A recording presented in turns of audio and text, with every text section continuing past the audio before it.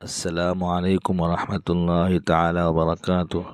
امید ہے کہ آپ تمام سامعین ناظرین خیریت سے ہوں گے۔ آپ بھائیوں سے درخواست ہے کہ آپ ہمارے اس ویڈیو کو روزانہ پابندی سے سنیں اور اپنے بھائیوں میں شیئر فرمائیں۔ شکریہ۔ نمبر 1، اسلامی تاریخ 30 جمادی الاخری۔ حضور صلی اللہ علیہ وسلم کے بعد خلافت کا سلسلہ۔ حضور صلی اللہ علیہ وسلم کے وصال کے بعد اللہ تعالیٰ نے خلافت کا سلسلہ شروع فرمایا، جس میں سب سے پہلے خلیفہ حضرت ابو بکر رضی اللہ عنہ ہوئے، جن کی مدت خلافت 2 سال 3 ماہ اور 10 دن ہوئی۔ حضرت ابو بکر رضی اللہ عنہ نے اپنے خلافت سے قبل اپنے بعد حضرت عمر رضی اللہ عنہ کو خلیفہ بنانے کی وصیت کی۔ حضرت عمر رضی اللہ عنہ کی مدت خلافت 10 سال 6 ماہ اور 5 دن تھی۔ اس مدت میں بہت سے ممالک اسلامی پرچم تلے آئے اور ہزاروں لوگوں نے اسلام قبول کیا۔ جب فجر کی نماز میں فیروز نامی عیسائی نے آپ کو زخمی کر دیا تو اسی حالت میں آپ نے چند لوگوں کی شورا بنائی اور فرمایا، مسلمان اس میں سے کسی ایک کو اپنا امیر بنا لے۔ چنانچہ حضرت عمر رضی اللہ عنہ کی وفات کے بعد حضرت عثمان غنی رضی اللہ عنہ کو امیر المومنین بنایا گیا۔ آپ کی مدت خلافت 11 سال 11 مہینے اور 18 دن رہی۔ حضرت عثمان رضی اللہ عنہ کی مظلومانہ شہادت کے بعد بھی اتفاق کی رائے سے سب نے حضرت علی رضی اللہ عنہ کو امیر المومنین چن لیا۔ حضرت علی رضی اللہ عنہ کے زمانے میں فتنوں نے بہت سر اٹھایا، لیکن حضرت علی رضی اللہ عنہ نے بڑی خوش اسلوبی سے ان فتنوں کو ختم کر دیا۔ حضرت علی رضی اللہ عنہ کو بھی شہید کیا گیا۔ آپ رضی اللہ عنہ کی مدت خلافت 4 سال 9 مہینے تھی۔ یہ چاروں حضرات خلفائے راشدین کہلاتے ہیں اور ان کی خلافت کو خلافت راشدہ کہا جاتا ہے۔ نمبر 2، حضور کا معجزہ، گونگے کا اچھا ہونا۔ رسول اللہ صلی اللہ علیہ وسلم حجۃ الوداع میں جب جمرہ عقبہ کی رمی کر کے واپس ہونے لگے تو ایک عورت نے اپنے چھوٹے سے بچے کو لے کر حاضر خدمت ہوئی اور عرض کیا، یا رسول اللہ، میرے اس بچے کو ایسی بیماری لگ گئی ہے کہ بات بھی کبھی نہیں کر سکتا۔ تو رسول اللہ نے ایک برتن میں پانی منگوایا اور دونوں ہاتھوں کو دھویا اور کلی کی، اور پھر وہ برتن اس عورت کے حوالے کرنے کے بعد فرمایا، اس میں سے بچوں کو پلاتی رہنا اور تھوڑا تھوڑا اس پر چھڑکتی رہنا اور اللہ تعالیٰ سے شفا کی دعا کرتی رہنا۔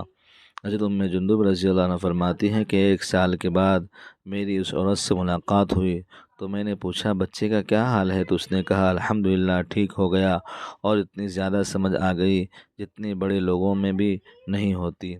نمبر 3، ایک فرض کے بارے میں۔ حج کن لوگوں پر فرض ہے؟ قرآن میں اللہ تعالیٰ فرماتا ہے، اللہ کے واسطے ان لوگوں کے ذمے بیت اللہ کا حج کرنا فرض ہے جو وہاں تک پہنچنے کی طاقت رکھتے ہوں۔ نمبر 4، ایک سنت کے بارے میں۔ آندھی چلنے پر یہ دعا پڑھے۔ رسول اللہ صلی اللہ علیہ وسلم آندھی کے وقت یہ دعا پڑھتے، اللہم انی اسألک خیرہا وخیر ما فیہا وخیر ما ارسلت بہ واعوذ بک من شرہا وشر ما فیہا وشر ما ارسلت بہ۔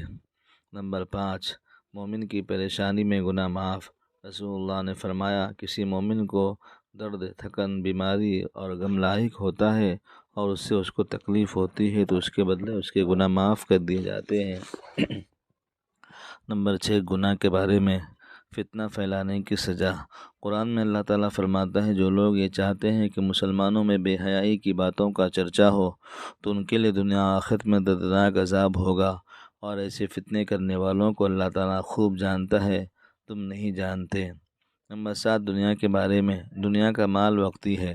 قرآن میں اللہ تعالیٰ فرماتا ہے، جو شخص انتہائی حرص و لالچ سے مال جمع کرتا ہے اور پھر وہ خوشی اس کو بار بار گنتا اور سمجھتا ہے کہ اس کا یہ مال اس کے پاس ہمیشہ رہے گا، ہرگز نہیں، بلکہ اللہ تعالیٰ اس کو ایسی آگ میں ڈالے گا جو ہر چیز کو توڑ پھوڑ کر رکھ دے گی۔ نمبر 8، آخرت کے بارے میں۔ حضرت ابو سعید بن فضالہ رضی اللہ عنہ بیان کرتے ہیں کہ میں نے رسول اللہ صلی اللہ علیہ وسلم کو ارشاد فرماتے ہوئے سنا، اللہ تعالیٰ جب لوگوں کو ایسے دن جس میں کوئی شک نہیں یعنی قیامت کے دن جمع کرے گا تو ایک پکارنے والا کہے گا کہ جس نے کوئی اچھا عمل کیا ہو اللہ تعالیٰ کے لیے اور اس کو شریک نہ کیا ہو یعنی ریاکاری نہ کی ہو تو وہ شخص اپنا ثواب مانگ لے۔ نمبر 9، طب نبوی سے علاج، جھاڑ پھونک سے علاج۔ ایک صحابی نے عرض کیا، یا رسول اللہ، آپ صلی اللہ علیہ وسلم نے جھاڑ پھونک سے منع فرمایا ہے، حالانکہ میں بچھو کی جھاڑ پھونک کرتا ہوں، تو آپ نے فرمایا کوئی حرج نہیں، جو شخص اپنے بھائی کو نفع پہنچا سکتا ہے وہ پہنچائے۔ نمبر 10، نبی صلی اللہ علیہ وسلم کی نصیحت۔ رسول اللہ صلی اللہ علیہ وسلم نے فرمایا، لالچ سے بچو، کیونکہ تم سے پہلے والے لوگ لالچ کی وجہ سے تباہ و برباد ہوئے۔ لالچ نے ان کو کنجوسی کا حکم دیا تو وہ کنجوس بن گئے، لالچ نے ان کو رشتہ داری توڑنے کا حکم دیا تو وہ رشتہ توڑنے لگے، اور لالچ ہی نے ان کو گناہ کا حکم دیا تو وہ گناہ کرنے لگے۔ اللہ تعالی ہم سب کو عمل کرنے کی اور اس کو پھیلانے کی توفیق عطا فرمائے۔